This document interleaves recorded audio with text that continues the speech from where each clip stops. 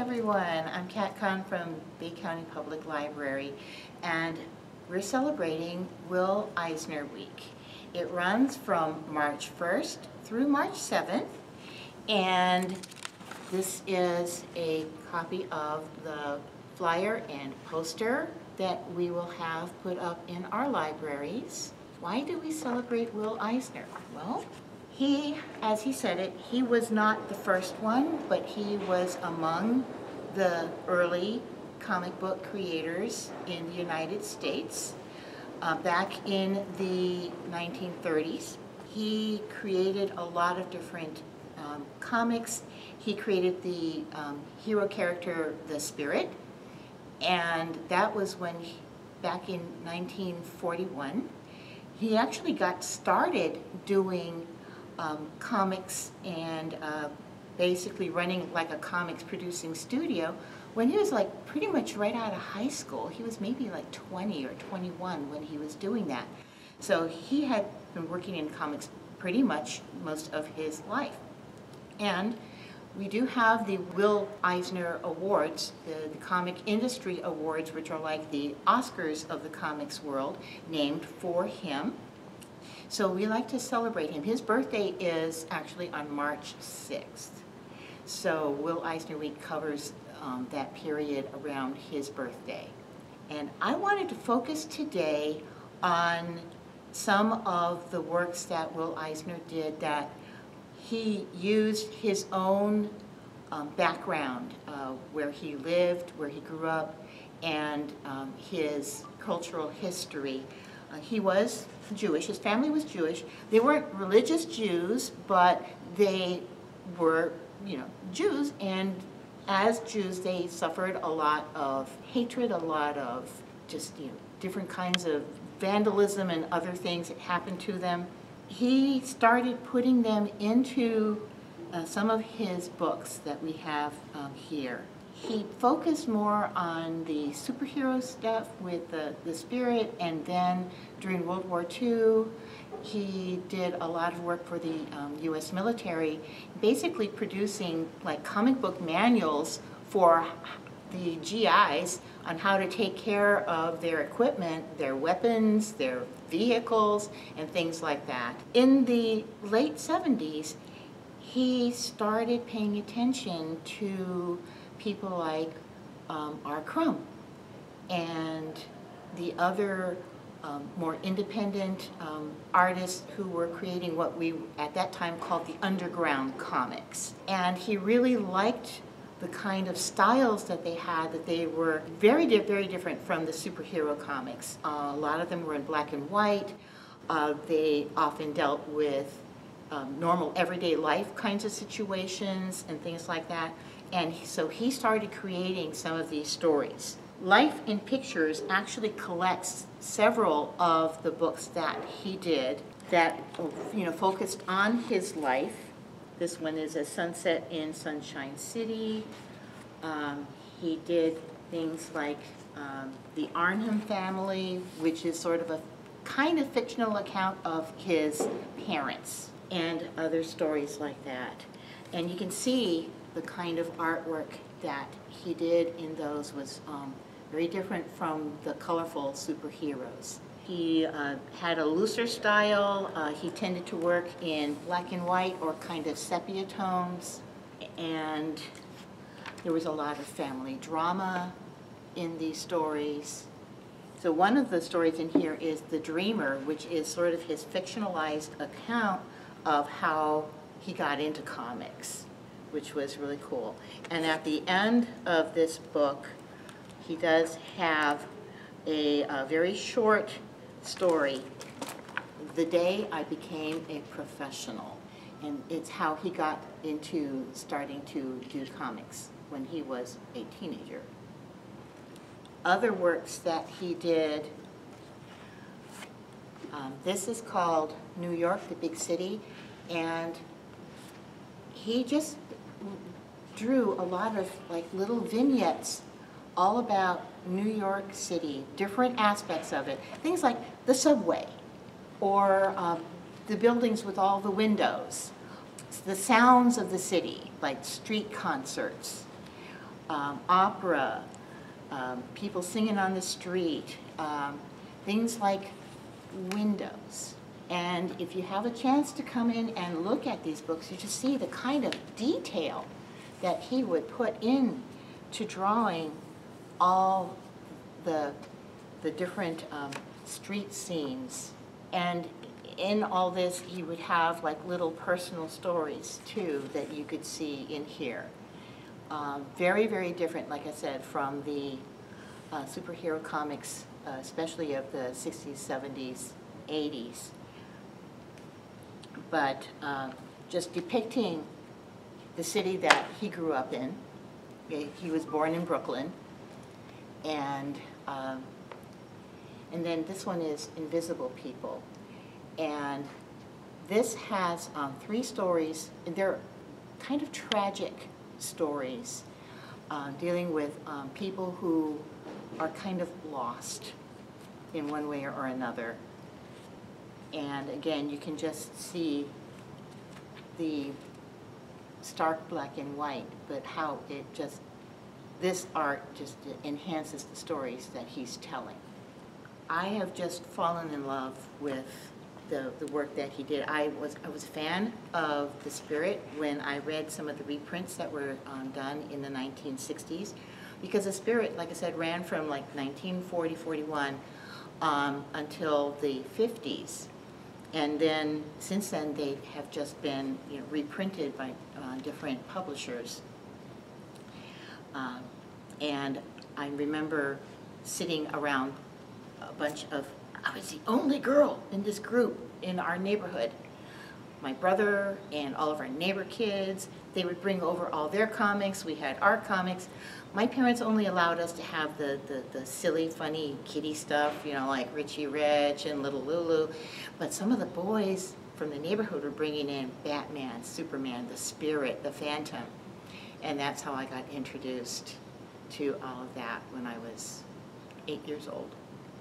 What he did with the reality was showing what life was like anywhere from the 1930s, 1920s, all the way up into like around 1990s. When you look at some of the stories in New York big city, you will see a lot of stories that are set far in the past and others that were more contemporary to him as he was writing and drawing those stories. You'll see boom boxes and street musicians and the kind of graffiti that would be on the walls, things like that that were happening in the 70s, 80s, and 90s when he was creating these stories. Now, since then, we have had a lot of other creators from all over our country who also have been using their own cultural backgrounds to tell stories, whether they are their life stories or fiction set in their own group.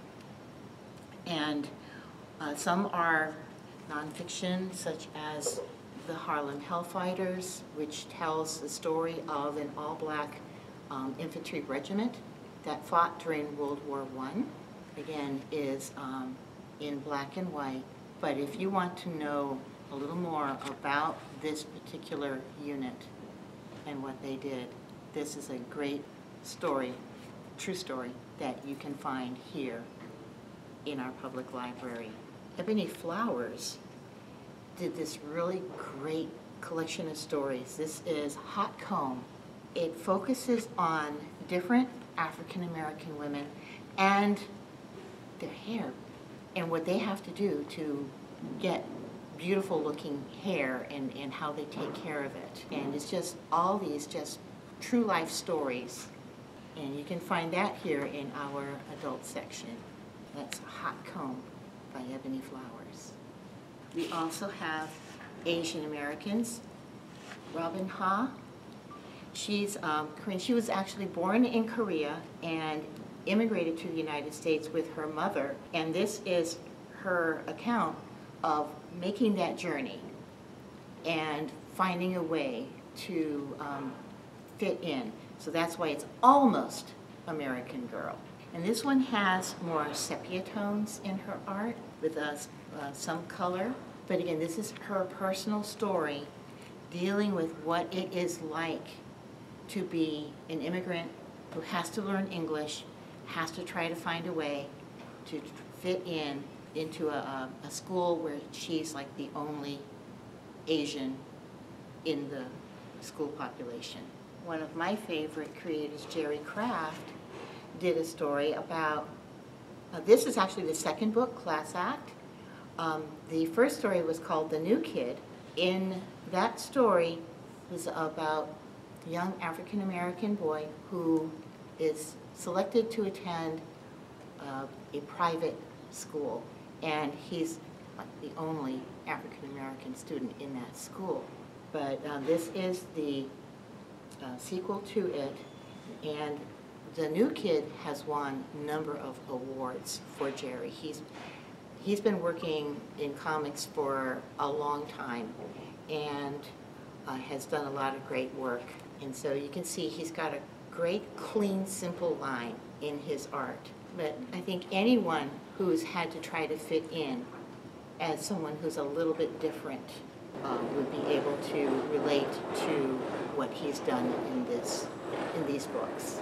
New Kid and Class Act. We have other history. This is Run. Congressman John Lewis was writing this before he passed away. So he is the author of this story. And it's illustrated by Nate Powell. First we had March, was a trilogy of graphic nonfiction by Congressman Lewis again, focusing on his experiences with the civil rights movement right from the beginning, leading up to that march on Washington in the 1960s, and framed as looking back from the day of President Obama's first inauguration. And it's basically covering, you know, how things have happened for African Americans in politics. Run focuses more on his continuing work in civil rights from the time of March and onward. And we're hoping that there will be more volumes that will cover his congressional career as well. But again, the kind of black and white art in here, and because this is the life that he lived, this is just I think a very important work to read for anyone. We have this both in young adult services, and I'm trying to get into adult services as well, because he belongs everywhere. One of my favorite creators in comics is Gene Lin-Yang, and I know that he has been influenced a lot by Will Eisner as well. And in fact, last year he recorded a YouTube video about what Will Eisner means to him, and we're hoping to send you, we'll post a link to that along with my presentation so you can hear for yourself what Gene has to say. Gene, he's Chinese American.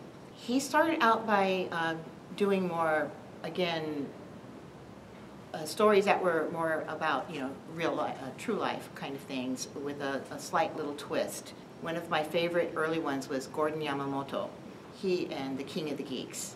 And in that one, the Japanese American main character, Gordon, he is not what you would think of when you, the stereotypical image of an Asian American teenager is kind of nerdy, skinny, with glasses, and very, very, very smart. Now granted, there are a lot of Asian Americans who are like that, but Gene understood not all are like that. So Gordon, he's big, tall, heavy set, and he's a bully, and he's not very smart. But in the course of the story, he finds a way when he's challenged to rise out of what he has been and to start to improve with the help of some people, including the King of the Geeks, the little nerdy white kid. And that just, when I first read that, I just, okay, this is great because, you know, defying the Asian stereotype, I like that. And he has continued with all kinds of great stories. A American-Born Chinese is going to be a television series with a mostly Asian American cast, which just thrills me to no end. But one of my favorites is The Shadow Hero. Now this one is his basic retelling of a Chinese superhero who first appeared in American comics way back in the early 1940s. And what I love about what Gene does is he gives a lot of the historical background. So at the end of his Shadow Hero story, he gives more information about the original character and some of the original comic book pages. So it gives you a little more history for that character. That is the kind of thing I really enjoy reading in comics as well. This is my advanced uncorrected copy, but we have this in our library. Superman Smashes the Klan. Okay, Superman, classic superhero, right?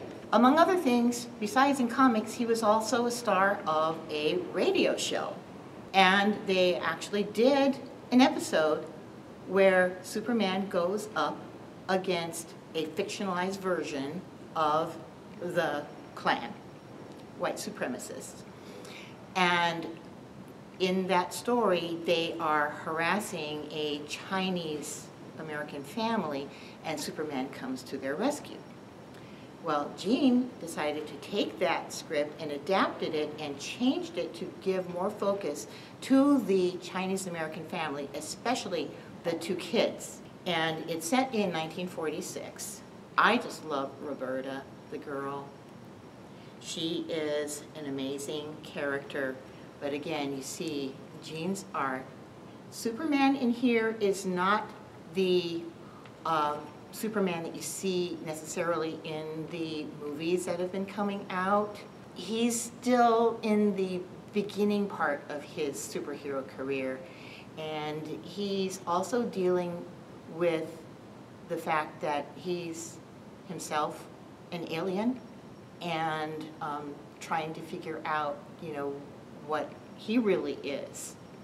And just as the kids, Roberta and Tommy and their family, are trying to figure out a way to fit in as Chinese Americans in an American city, in metropolis in this case. And again, what Gene does is at the end of the book, he has a wonderful essay on, he calls it Superman and Me, and he talks about his own family and what his parents went through when they were young at the time that this story is set.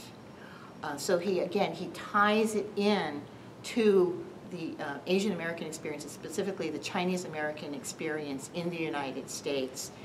And with that different focus with Superman, we get to have, again, a really great story with a little bit more food for thought, which is what I love about Gene. We have so much more. This is Malaka Gharib's I Was There, American Dream, about her family. She's Egyptian-Filipino, so it's trying to learn more about all sides of her family and just the different kinds of things that they would eat, from everything from onigiri to mochi to falafel.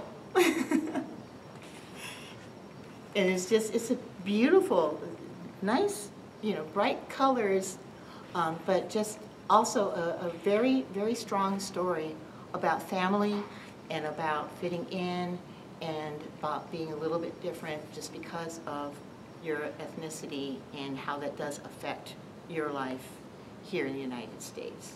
Another one that I love is, this is The Legend of Auntie Po. This is by Xing Yin Ho, and this is set during the time in the 1880s when the United States blocked the Chinese from coming in. They basically had been bringing Chinese in to be laborers, like on the railroads. There was a lot of anti-Chinese sentiment, and there was actual legislation that stopped the immigration into the United States. What happened to the Chinese who were already here? And this is one of the stories told fictionally. And in this one, it's set in a logging camp in California in the Sierra Nevada. It's 1885. May and her father work at a logging camp. He's the main cook. She does all the baking. She's only 13 years old. But see, she was born in the United States. She has no memory of China at all. Her parents didn't raise her telling her stories from home or anything like that. And she lost her mom at a young age. So when the other kids in the logging camp ask May to tell them stories from China, she doesn't know what to do. But then she starts remembering Paul Bunyan and Babe the Blue Ox. And so she puts a little spin on it. So instead of Paul Bunyan, you have Auntie Po. And instead of Babe the Blue Ox, you have her giant water buffalo. And also in the course of the story, it also focuses on the anti-Chinese sentiment that they had to deal with some of the loggers that they worked for, and just basically dealing with some of the hatred, but also finding good friendships, finding a way to get along and have a happier life here, even though you're different. So that one is a great one about immigrants, about how you can adapt stories to fit your own culture. So all this, it happens everywhere. And whether it's from Will Eisner with the stories of his Jewish background, to Jin Wen-young with his Chinese American background, to someone like me, you know, I was born in Japan, have a Japanese mother, and I've had to deal with that too. So all of these stories really speak to me in many ways and touch me, whether they're about African Americans or Asian Americans or Latinos, anybody. We all find some common ground as we read these stories. We can see, yeah, you know, that is something we've had to deal with. So I'm hoping that you will take a chance on reading some of these books that we have in our library. And I want to leave you with something that Will Eisner said. Way back in 1941, when the Philadelphia Record, it was a newspaper, was going to start running his Spirit comic strip, and they decided to do a full-page profile about Will Eisner. He was like 24 years old, so he's a young guy, okay? And what he said back then was the comic strip is the embryo of a new art form, an illustrated novel. It is new and raw in form just now, but material for limitless intelligent development. And eventually, and inevitably, it will be a legitimate medium for the best of writers and artists. At a New York Comic Con in 2006, I had no idea I was echoing him when I said to an audience at a panel, comics is a legitimate form of literature that belongs in schools and libraries. So to find that Will Eisner said something similar in 1941, to me that's amazing, and that is the kind of legacy that he left to us. And I hope you will enjoy these books, reading his books, reading everything else that we have in our library. And thank you.